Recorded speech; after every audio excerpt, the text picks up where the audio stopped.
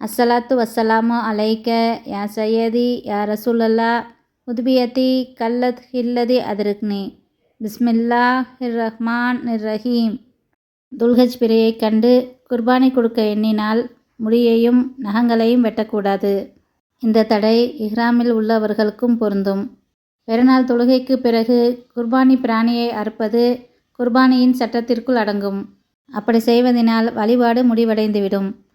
அறுக்கும் முன்னர் பிஸ்மின் சொல்லியும் தக்பீர் சொல்லியும் ஆட்டை அறுக்க வேண்டும்.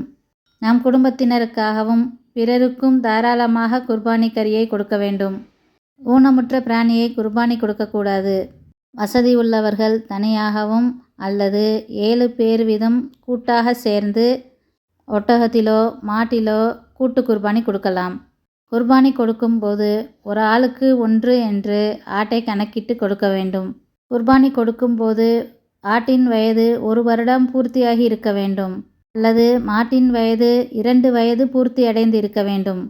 ஒட்டகத்தின் வயது 5 வருடம் பூர்த்தியாகி இருக்க வேண்டும். இதில் ஏதாவது ஒரு பிராணியை குர்பானி கொடுக்கலாம். குர்பானியின் மாமிசம் நேரடியாக அல்லாஹுவை சென்றடைவதில்லை. எனினும் தக்வா எனும் பயபக்தியே அல்லாஹுவை சென்றடைகிறது. இறைவன் நபி இப்ராஹிம் அலைஹிவஸல்லம் அவர்களின் மகன் நபி இஸ்மாயில் அலைஹிவஸல்லம் அவர்களுக்கு பகரமாக ஆட்டை குர்பானி கொடுக்க சொன்னான் என்று அல் குர்ஆனின் மூலம் வெளிப்படுத்தப்பட்டுள்ளது.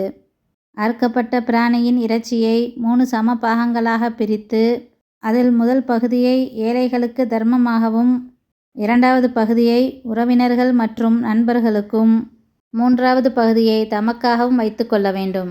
குர்பானி ஆட்டின் தோலை பள்ளிவாசலுக்கு கொடுக்கலாம், அதை விற்கக்கூடாது.